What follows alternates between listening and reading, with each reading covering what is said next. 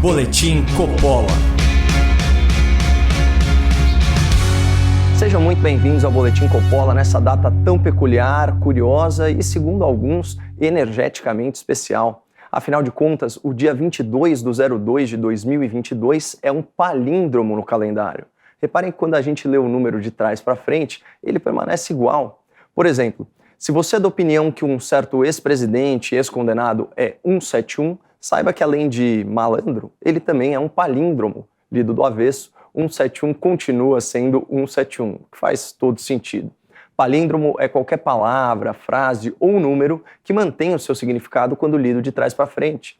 E isso é mais sério do que parece. Algumas pessoas desenvolvem um medo mórbido desse tipo de expressão, um fenômeno batizado de aibofobia, um termo que, por sua vez, também é um palíndromo.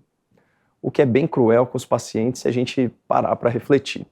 E para a tristeza dos aibofóbicos, há vários exemplos de palavras que são palíndromos na língua portuguesa. A maior delas é um superlativo, omissíssimo, como o nosso Congresso, que se omite de votar temas que realmente interessam a população e está repleto de parlamentares que só mamam nas tetas do governo. Ah, olha só, mamam também é um palíndromo. Só resta ao povo ralar para pagar a conta de todo esse dinheiro público que os políticos adoram rapar. Ralar e rapar, mas dois verbos idênticos quando lidos de trás para frente. Mas o mais legal são as frases que formam palíndromos. Nesse final de semana, o ex-jornalista e atual blogueiro Ricardo Noblat fez uma postagem com esse título lamentável. Aspas, só pode ser piada, um sanfoneiro nordestino para vice de Bolsonaro. Além de soar extremamente preconceituoso, vamos combinar que publicar uma chamada dessas é um ato idiota. E eu não sei se vocês perceberam, mas ato idiota também é um palíndromo. Enfim, aproveitando o ensejo do dia 22/02 de 2022, que lida ao contrário permanece sendo a mesma data, eu quis abrir esse programa de forma mais leve, porque de vez em sempre é bom a gente rir. Rir, o breve verbo rir, outra frase que também é um palíndromo. Mas a real é que o programa de hoje não é sobre curiosidades e coincidências da língua portuguesa ou sobre datas especiais. Hoje nós vamos comentar a entrevista exclusiva que o ministro da Economia, Paulo Guedes, concedeu ao programa Direto ao Ponto aqui da Jovem Pan, comandado pelo mestre Augusto Nunes. Eu vou deixar o link do programa no descritivo desse vídeo no canal Caio Coppola do YouTube e eu recomendo que você assista a entrevista completa. As respostas do Paulo Guedes deixam claro que ele pertence à fauna exótica de Brasília. Um PhD em economia bem-sucedido no setor privado, professor e fundador de instituições sérias de ensino que tem visão de longo prazo e sensatez. Nós já voltamos para comentar a entrevista dessa arara rara da política nacional. E eu prometo que arara rara foi meu último palíndromo do dia. Boletim Coppola.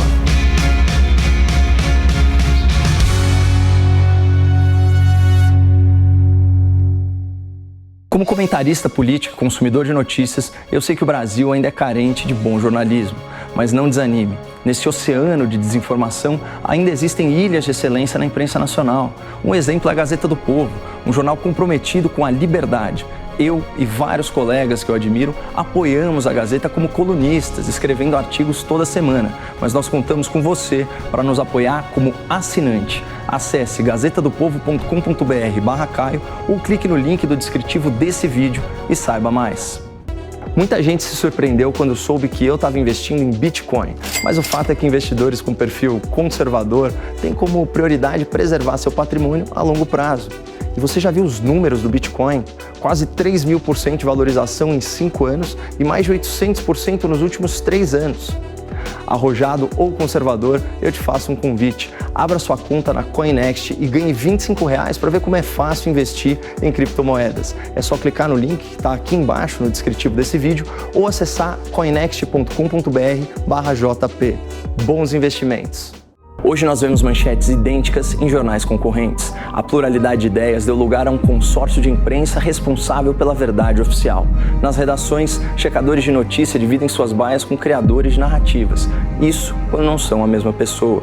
Mas existe uma revista que tem paixão pela verdade, amor aos fatos e respeito pelos leitores. E eu tenho a honra de fazer parte desse time. Acesse revistaoeste.com/Caio e assine uma publicação que vai te devolver o prazer de ler sobre política.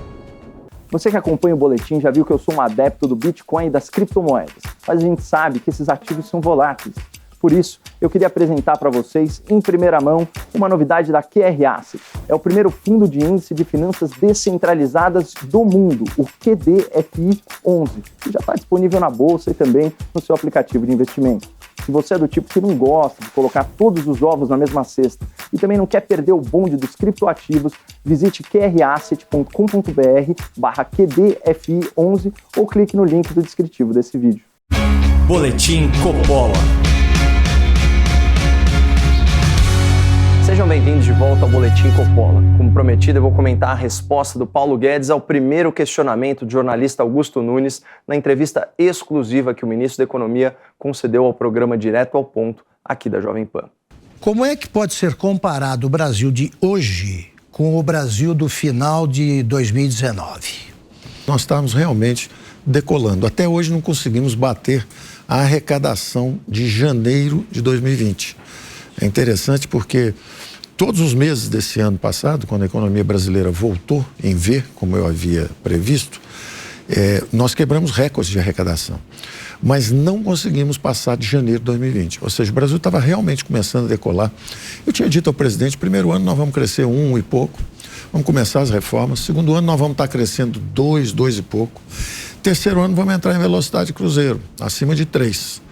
O Brasil vai retomar o crescimento sustentável. Percebam que já no começo da sua resposta, o ministro faz referência à arrecadação de janeiro de 2020, pré-pandemia, que foi de quase 175 bilhões de reais, o recorde da série histórica para o mês. A alta real foi de 4,5%, equivalente a 14 bilhões de reais a mais em impostos e contribuições. E vale frisar que esses bons resultados da arrecadação foram fruto apenas do aumento da atividade econômica, não do aumento de impostos. Pra vocês terem uma ideia, houve um aumento real de 16% nas receitas de impostos de renda de empresas e da contribuição social sobre lucro líquido. Em outras palavras, as empresas estavam mais saudáveis e faturando mais. Lembrando que no ano anterior, 2019, houve também um aumento de 2,2% na formação bruta de capital fixo, que nada mais é que o investimento que as empresas fazem para ampliar sua capacidade produtiva. Como resultado disso, comparando janeiro de 2019, mês da posse do novo governo, com janeiro de 2020, a produção industrial cresceu quase 1%, as vendas de bens cresceram 4% e as vendas de serviços cresceram 1,6%.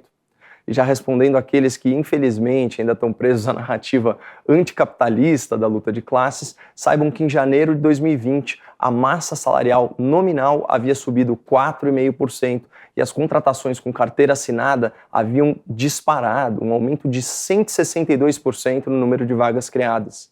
Os números do emprego formal naquele primeiro bimestre de 2020 foram muito positivos, mais de 340 mil novos postos de trabalho. Essa era a economia brasileira pré-pandemia. Investimentos privados se ampliando, desemprego diminuindo, consumo das famílias aumentando e arrecadação crescendo, tudo de forma sustentável, com redução dos gastos públicos.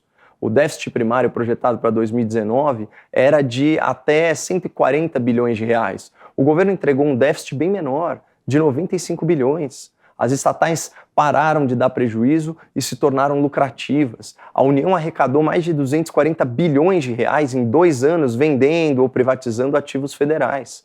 O programa de concessões de portos, aeroportos, ferrovias e rodovias tem mais de $500 bilhão contratados em investimentos privados ao longo dos próximos anos. E a gente não pode esquecer que o povo foi às ruas exigir o fim dos privilégios previdenciários. Como resultado disso, a economia com a nova Previdência pode chegar a 800 bilhões de reais em uma década. Esse era o Brasil antes dos exageros do lockdown e da desnecessária paralisação econômica prolongada. Então, quando isso chegou, nós realmente tivemos sair do trilho das reformas estruturais e você vê que ironia, alguém que está preocupado com o controle fiscal ter que parar as reformas estruturais e gastar mais. E nós não poupamos recursos. Quer dizer, o Brasil gastou quase o dobro dos emergentes e praticamente a mesma média dos avançados. Levamos os gastos de 19% do PIB a 26,5% do PIB. Só que no ano seguinte já estamos de volta a 18,6% do PIB. O nosso déficit entramos com um déficit de 2%, cortamos para 1% no primeiro ano. Fomos para 10,5% do PIB em meia pandemia. E no ano seguinte, 0,4% do PIB. E o governo, inclusive, consolidado, quando você colocar as estatais, estados e municípios, o primeiro superado desde 2013. Ao contrário do que a imprensa faz parecer, o governo federal fez a sua parte e encheu os cofres estaduais e municipais durante essa pandemia. Dados do Tesouro Nacional e do Banco Central apontam um repasse de mais de 78 bilhões de reais em verbas extraordinárias para estados e prefeituras para enfrentamento à pandemia. Sem falar na suspensão do pagamento de dívidas no valor de 65 bilhões de reais. O resultado foi um superávit fiscal de 38 bi, já que governadores e prefeitos não conseguiram gastar todo o dinheiro que receberam. Além disso, foram 37 bilhões de reais para apoio a micro e pequenas empresas, 51 bilhões de reais para preservar o emprego de carteira assinada de milhões de trabalhadores e, finalmente, mais de 320 bilhões de reais para o auxílio emergencial, para acudir a população vulnerável que estava proibida de trabalhar.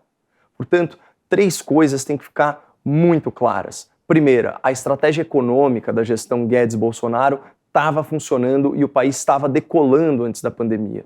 Segunda, a estratégia econômica para mitigar os efeitos do lockdown e da paralisação foi muito bem sucedida. Não faltaram investimentos na saúde, sobrou socorro financeiro aos estados e municípios, os empregos formais foram protegidos e os vulneráveis foram ajudados. E a terceira coisa, eu deixo para o Paulo Guedes para a gente terminar esse programa numa nota positiva, olhando para o futuro. Então, o Brasil realmente teve uma resposta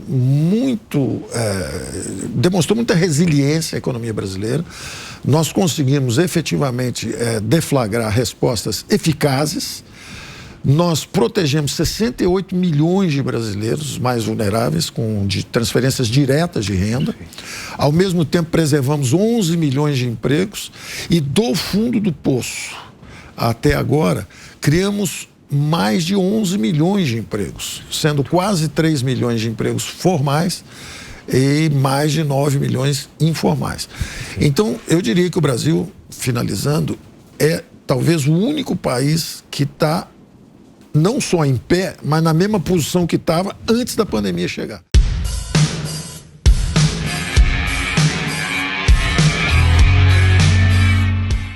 Realização Jovem Pan News.